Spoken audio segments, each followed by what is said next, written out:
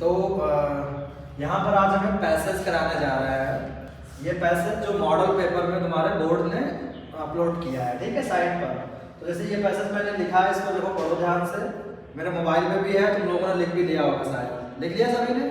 जैसे ये लिखा है, this is a great lesson for all of us to learn that in all matters the two extremes are alike. ऐसे passage को करने के लिए हमें क्या करना है, पहले पैसेज को ध्यानपूर्वक पढ़ना है। मतलब उसको भले ही हो सकता है इसमें कुछ वर्ड्स, कुछ मीनिंग हमें ना पता हो, लेकिन उसकी टेंशन नहीं लेना है। हमें पैसेज को पहले पढ़ना है ध्यान से। जरूरी नहीं है सारा कुछ उसमें पता हो, हर वर्ड की मीनिंग पता हो, ऐसा जरूरी नहीं है। लेकिन जब हम उसको पढ़ लेंगे तो जो क्वेश्चंस आएंगे उन क्वेश्चंस को देख के हम कर सकते हैं उसको।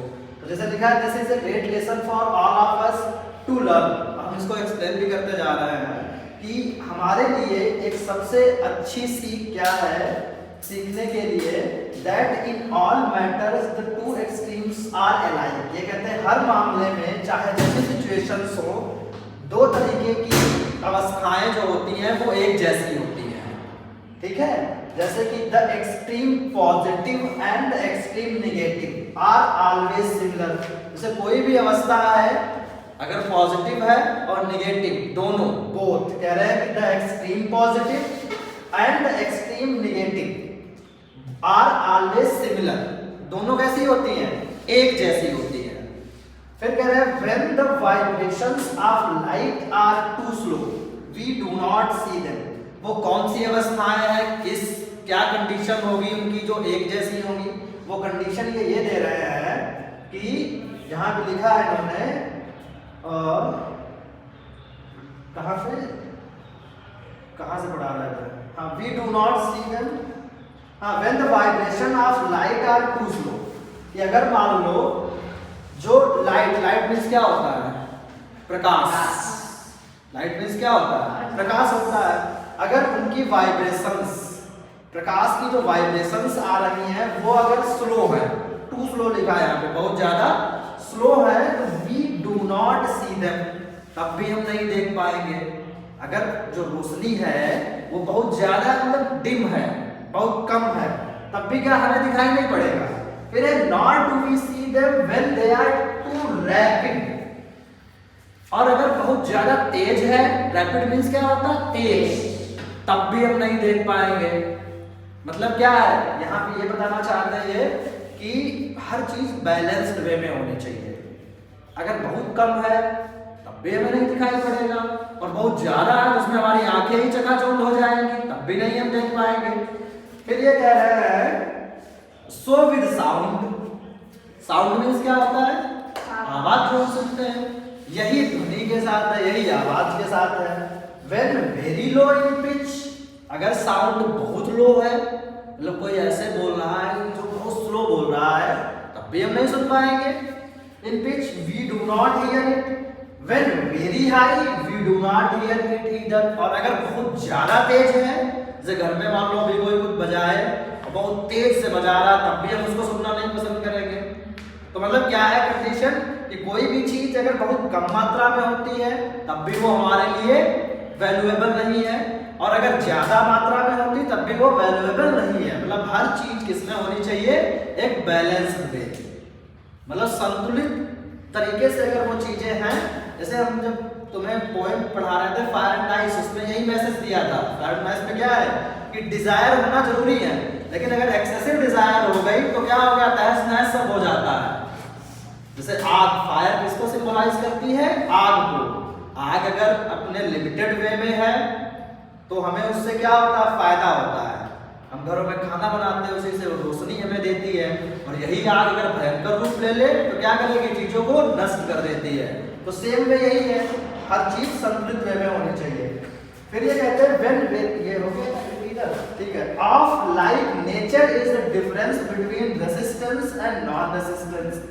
ऐसे ही प्रकृति का एक नियम है, हमें विरोध करना और ना विरोध करना। रेजिस्टेंस मींस होता है कोई चीज होती है उस पर रिएक्ट करना, मतलब अगर किसी ने हमारे साथ गलत किया है तो हम उस पर रिएक्ट करते हैं, उसका अपोज करते हैं। तो यही सेम कंडीशन है रेजिस्टेंस एंड नॉन रेजिस्टेंस में। One man does not resist because he is weak, lazy can not, मतलब एक व्यक्ति क्या है, अगर वो बहुत कमजोर है या आलसी है तो वो भी किसी चीज का विरोध, किसी चीज पे रिएक्ट नहीं करता है। जैसे मान लो भी कोई ताकतवर पर्सन है, वो तुम्हें धमका रहा, तुम्हें मारने की कोशिश करा, तो तुम वीक को नहीं कर पाओगे। कुछ कमजोर अगर तुम हो तो क्या कर पाओगे, तो वो चुपचाप बैठा रहता है व्यक्ति। या अगर आलसी है तब भी वो चुपचाप बैठा रहता है, ठीक है होने दो, जो हो रहा है होने दो, चलने दो। तो सेम कंडीशन। फिर ये कहते हैं कि other man knows that he can strike an irresistible blow if he likes, लेकिन दूसरा व्यक्ति अगर उसे पता है कि उसके पास ताकत है बहुत ज्यादा, वो किसी भी चीज पे रिएक्ट ऐसे कर सकता है और इतना काफी ताकतवर प्रहार कर सकता है, तो अगर वो चाहे, लेकिन yet he not only does not strike but blesses his enemies, लेकिन उसके बावजूद भी वो अपोज नहीं करता या अपने प्रहार नहीं करता है, बल्कि वो क्या करता है, अपने शत्रु को अगर वो ऐसा नहीं करता है तो ब्लेस करता है। क्योंकि अगर वो बहुत ज्यादा ताकतवर है, उसने मानो एक भी मार दिया तो वो मर जाएगा, तो अगर वो इस चीज को कंट्रोल करता है तब भी वो क्या करता है, अपने एनिमीज पे एक तरीके से दया दिखाता है। फिर आगे लिखा है इसमें, the weak who shows non resistance is oppressed, जो कमजोर होते हैं, जो नॉन रेसिस्टेंस है, मतलब जो अपोज नहीं कर पाते, जो रिएक्ट नहीं कर पाते हैं, वो बेचारे क्या है, ऑप्रेस्ड, उनको दबाया जाता है, उन पे अत्याचार किया जाता है। While the stronger one commits a sin if he offers resistance, लेकिन जो मजबूत लोग हैं, स्ट्रॉन्ग, अगर वो रिएक्ट करते हैं किसी चीज पे तो वो पाप करते हैं। वो क्या करते हैं, पाप करते हैं। लिखा है commits a sin if he offers resistance. ये पैसेज तुम्हारा दिया गया है, ठीक है, हमने इसको पढ़ भी दिया, क्योंकि हमें पता है कि एक वर्ड का मीनिंग हमने समझा भी दिया तुम्हें। अब जरूरी नहीं कि तुम्हें सारा कुछ पता हो तो तुम इसको समझ पाओ पूरे क्लियर तरीके से, लेकिन हमने पढ़ ली एक एक लाइन, हमने एक एक लाइन इसकी देख ली। अब जैसे स्पेस है नहीं तो मैं इसको मिटा रहा हूँ और इसके जो क्वेश्चंस है वो मैं लिख रहा हूँ, फिर उनके आंसर जरा देना जो तुमने जो लिख रखा है। जैसे कि पहला जो प्रश्न है वो तुम्हारा, ध्यान से देखना, मैं पूछूंगा तुम लोगों से। जैसे इन्होंने दिया है क्वेश्चन 1, लिखा है we are unable to hear a sound, if, यह है प्रश्न, ठीक है, यह है क्वेश्चन। इसमें जो ऑप्शंस दिए हैं वो है it is too low, it is too low, फिर ऑप्शन बी है it is too high, it is too high, फिर ऑप्शन सी है it is too noisy, it is too noisy, option D है both A and B.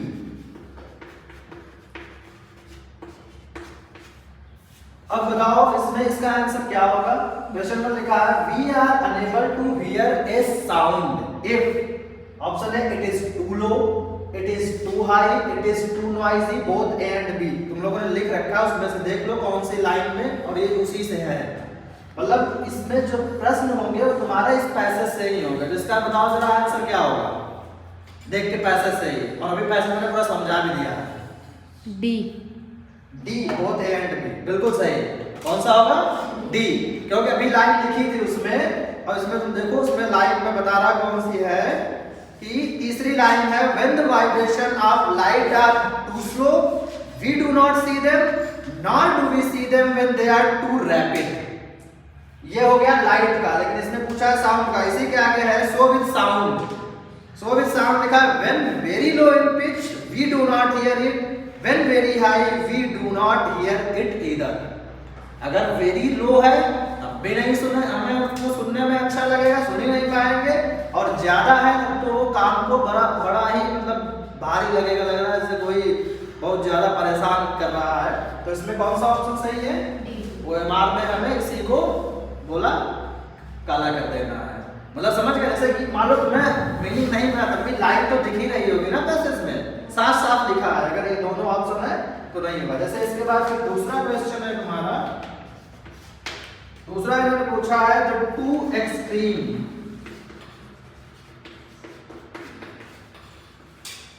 The two extremes are alike. ठीक है, ये लिखा है the two extremes are alike means, मतलब इस जो ये फ्रेज लिखा है the two extremes are alike, इसका मतलब क्या है? पहला option extreme positive, extreme positive is better than extreme negative। ठीक है, दूसरा ऑप्शन है तुम्हारा एक्सेस ऑफ एनीथिंग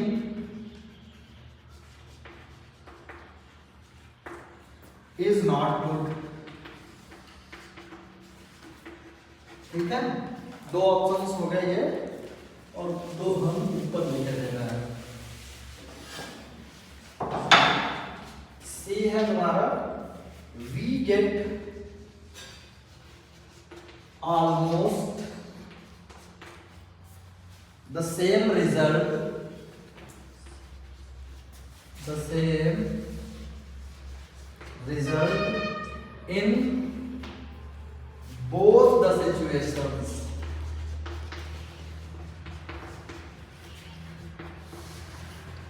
ठीक, ऑप्शन डी है तुम्हारा ऑल ऑफ द अबव।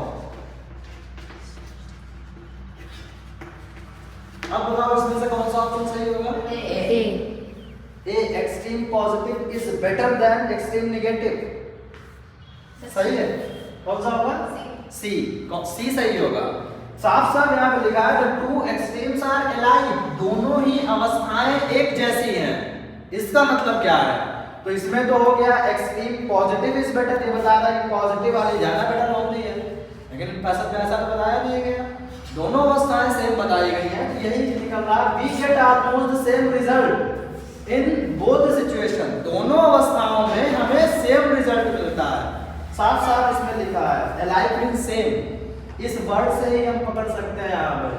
तो क्या कौन सा ऑप्शन सही होगा? सी, सी इज द करेक्ट ऑप्शन। ठीक है, तो इसके बाद तुम्हारा नेक्स्ट क्वेश्चन है जो क्वेश्चन नंबर 3, उसमें लिखा है विच वर्ड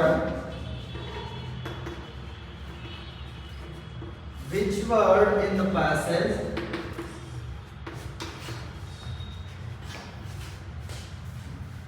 is opposite